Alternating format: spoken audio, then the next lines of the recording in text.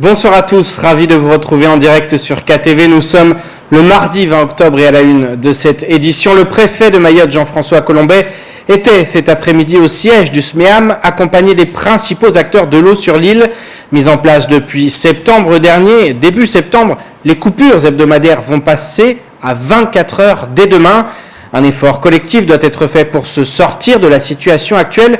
C'est le message principal qu'ont voulu envoyer les autorités compétentes. Un sujet signé Jaïdi Maoulida, au montage Leslie Vumenet. Cela fait 1 mois et demi que les restrictions d'eau ont débuté et la population a de plus en plus de mal à s'y conformer. Face à l'incompréhension, il était nécessaire pour le préfet d'expliquer pourquoi ces limitations sont nécessaires. Nous produisons 22 000 m3 par jour.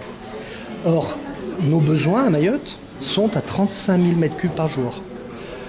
Donc il manque 13 000 m3 tous les jours. Ces 13 000 m3, nous les prenons dans les 2 retenues d'eau de Mayotte, Dzoumogné et Kambani. Il se trouve que ces 2 retenues aujourd'hui sont à 32% de leur capacité, alors que l'année dernière à la même époque, elles étaient à 50%. Donc nous sommes face à une crise lourde. Face à la crise actuelle, plusieurs mesures ont été prises pour réduire la consommation d'eau et faire des économies. C'est notamment le cas des kits hydroéconomes. Nous allons distribuer à tous les abonnés de l'eau à Mayotte des kits hydroéconomes. Ce sont des petits ustensiles que nous mettons sur le robinet du lavabo, sur le robinet de la douche, et qui nous permettent d'économiser l'eau. Alors les kits vont être distribués aux 44 000 abonnés au service public de l'eau. Ils vont être distribués via les communes à travers leur CCAS. Sur la base des factures, sur la base du nombre d'abonnés, les gens pourront venir récupérer au CCAS leur kit en émargeant, en disant voilà, moi, tel abonné, tel numéro de contrat, j'ai bien récupéré mon kit au sein du CCAS de ma commune. Malgré les nombreuses mesures et investissements engagés pour se sortir de cette crise, les efforts ne suffisent pas. Le durcissement des restrictions devient dès lors obligatoire. À partir de demain, nous passons à un tour d'eau de 24 heures.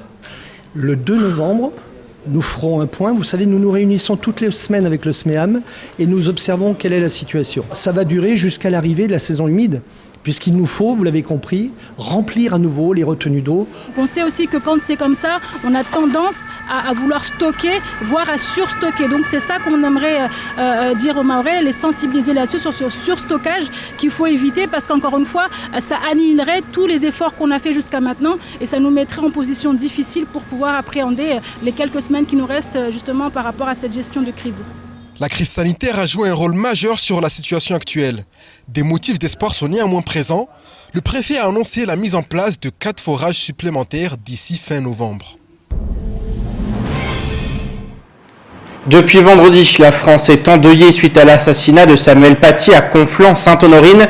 Pour le ministre de l'Éducation nationale, de la Jeunesse et des Sports, Jean-Michel Blanquer, nous devons être soudés, unis, actifs pour pouvoir construire une unité du monde adulte, une unité fondamentale qui vaincra le terrorisme, la démocratie, la liberté, l'égalité, la fraternité, l'éducation. Toutes les valeurs de la République française doivent triompher et l'emporter face au radicalisme. Un discours auquel le rectorat de Mayotte entend donner du sens par le biais de plusieurs actions. Au montage, Leslie Vumenet. Suite au meurtre de Samuel Paty, le recteur Gilles Albou va rencontrer les organisations syndicales, les représentants des collectivités locales, les cadres et les parents d'élèves. L'occasion d'échanger sur cet événement et de préparer le retour en classe sur un territoire où pratiques de la religion et République ont toujours su se marier. On doit réfléchir évidemment à voir comment évoluer. La première chose évidemment qui nous vient à l'esprit, c'est la sécurité.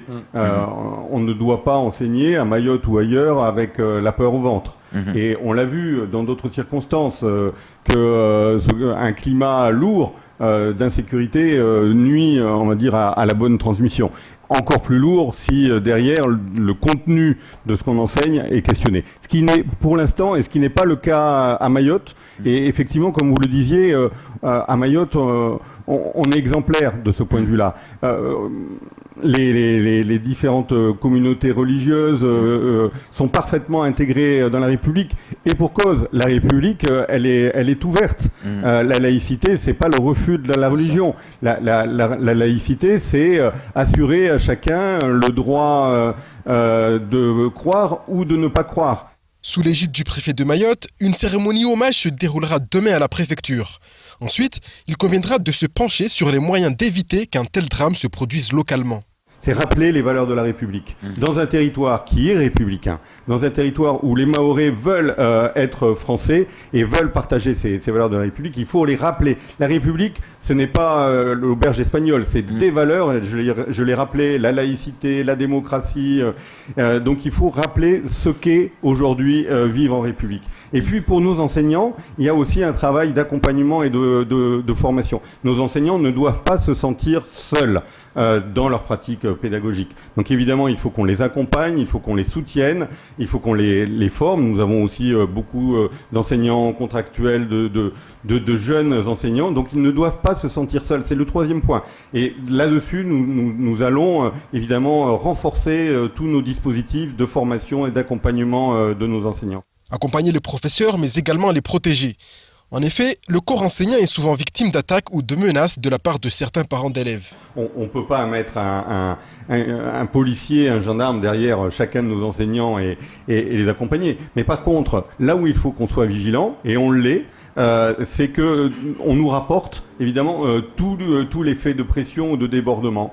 Ça peut exister, on l'a vu dans d'autres situations, y compris à Mayotte, avec des fois des réactions excessives de parents d'élèves. Et dans ces cas-là, évidemment, il faut qu'on nous le signale, il faut tout de suite, évidemment, qu'on prenne derrière les mesures pour rassurer les collègues et, si possible aussi, évidemment, et si nécessaire, les protéger. Mais pour l'instant, on n'a pas eu de ce type d'alerte. Mais si on devait les avoir, évidemment, la première chose à faire, c'est nous signaler toute tentative d'intimidation musclée. À la rentrée scolaire du lundi 25 octobre, plusieurs événements spécifiques auront lieu dans les établissements de Mayotte. Une minute de silence, des interventions sur la tolérance, la laïcité, le vivre ensemble. De son côté, le gouvernement s'engage à amplifier ses actions pour lutter contre tous les fanatismes. Tout autre sujet maintenant, actuellement en grève, les pompiers de l'aéroport de Dzaoudzi voient leur situation s'assombrir après le placement sous contrôle judiciaire de 3 pompiers du SDIS. Suspectés d'avoir commis des actes de sabotage au sein de l'aérogare, ils sont aujourd'hui en attente de leur audience. La direction de l'aéroport a exprimé la volonté de suspendre toute négociation si les pompiers étaient impliqués dans cette affaire. Comment en est-on arrivé là? Quelles sont les suites à prévoir? Bouchourani Kolo, représentant syndical des pompiers, était sur notre plateau ce matin pour donner son ressenti. On l'écoute. Il est clair que depuis 2 ans, les pompiers de l'aéroport n'ont jamais cessé de revendiquer des meilleures conditions de travail à l'aéroport. À un moment donné, quand on se rend compte qu'on vous méprise, quand on se rend compte qu'on s'en fout de vous, quand on se rend compte qu'il y a une lassitude. Il y a une lassitude et ce qui peut éventuellement amener des gens à faire des bêtises. Je ne dis pas qu'ils en ont fait des bêtises. Moi, j'aurais bien aimé que la direction nous dise exactement ce qui a été volé. Justement, on pointe de doigt la faute des pompiers, mais on n'a jamais pointé de doigt cette direction qui n'a jamais su donner une réponse pérenne à ces pompiers qui revendiquent depuis tout ce temps. À l'aéroport, en tout cas, depuis le début de ce mouvement, il n'y a pas eu même une seule tentative de discussion. Tant qu'il n'y a pas une vraie discussion, la grève ne peut pas arrêter. Les méthodes ont changé. Okay. Après, il faut qu'on change de méthode de travail et de dire de quelle manière on va travailler. Et on termine ce journal avec le reste de l'actualité locale. Entre dernier bilan de la crise sanitaire à Mayotte et tests antigéniques, pas encore d'actualité pour l'ARS du territoire. Au montage, Leslie Vimonet. Bien que le soit encore loin de la seconde vague qui frappe la métropole, Mayotte enregistre cette semaine une légère augmentation de son taux d'incidence. Dans son dernier bilan diffusé hier, l'ARS faisait état des chiffres de cette semaine. 127 nouveaux cas lors de la semaine du 10 au 16 octobre. Le taux d'incidence est monté de 5%, atteignant les 45%, mais restant sous le seuil repère des 50%. Le taux de positivité a légèrement baissé, bien que plus de tests aient été effectués. 1493 réalisés cette semaine contre 1360 la semaine passée. L'on compte 2 clusters actifs en moins et le nombre d'hospitalisations reste le même. Mayotte atteint désormais le nombre de 4159 cas confirmés de Covid-19. Si la deuxième vague redoutée qui sévit désormais en métropole n'est pas à notre porte pour le moment, le virus circule toujours et les mesures sanitaires restent plus que jamais de mise, comme le rappelle régulièrement l'ARS. Contrairement aux tests actuellement utilisés, les tests antigéniques offrent un résultat en un peu moins d'une demi-heure. À l'instar du PCR, il consiste en un prélèvement nasopharyngé qui donne une indication sur la présence éventuelle de protéines de virus dans l'échantillon prélevé. Pas besoin d'être un laboratoire, ces tests antigéniques peuvent être effectués par des infirmiers. Si certaines rumeurs évoquent une fiabilité plus incertaine que pour les tests PCR classiques, l'ARS nous explique qu'aucun test n'est fiable à 100% et que les performances doivent répondre à des exigences définies par la Haute Autorité de la Santé. Cependant, les tests antigéniques ne sont pas encore arrivés à Mayotte. Malgré les demandes, l'Agence régionale de santé s'est vue essuyer un refus du ministère de la Santé. L'ARS attend désormais la prochaine saisie de la Haute Autorité de la Santé quant à l'utilisation des tests antigéniques à large échelle. Les lignes pourraient bouger à ce moment-là. En mars 2017 à Montluçon, 2 individus assassinaient sauvagement un couple de retraités âgés de 75 et 81 ans à leur domicile. Un peu plus d'une semaine plus tard, une dame de 74 ans était torturée par les 2 individus jusqu'à ce que mort s'ensuive. Quelques heures avant ce troisième meurtre, il violait une jeune femme à de multiples reprises dans son appartement, devant son compagnon, ligoté et frappé. Âgés de 17 et 18 ans au moment des faits, les 2 criminels originaires de Mayotte seront rapidement identifiés et interpellés. Ils seront placés en détention provisoire et mis en examen pour meurtre accompagné ou suivi d'actes de torture ou de barbarie et viol en réunion. Le procès aura lieu en novembre 2019. Ils seront condamnés à la réclusion criminelle à perpétuité, soit 30 ans avec une période de sûreté de 22 ans. Le procès en appel débute aujourd'hui. Les 2 Mahorais espèrent que les juges en appel prendront en compte leur enfance difficile à Mayotte, au milieu des bandes rivales. En première instance, les magistrats n'ont vu aucune circonstance atténuante, jugeant même qu'il n'existait aucun espoir de réhabilitation pour les 2 meurtriers. Et c'est ainsi que s'achève cette édition. Merci de nous rester fidèles sur KTV. Je vous donne rendez-vous demain dès 19h pour tout connaître de l'actualité locale. Excellente soirée sur Kwesi.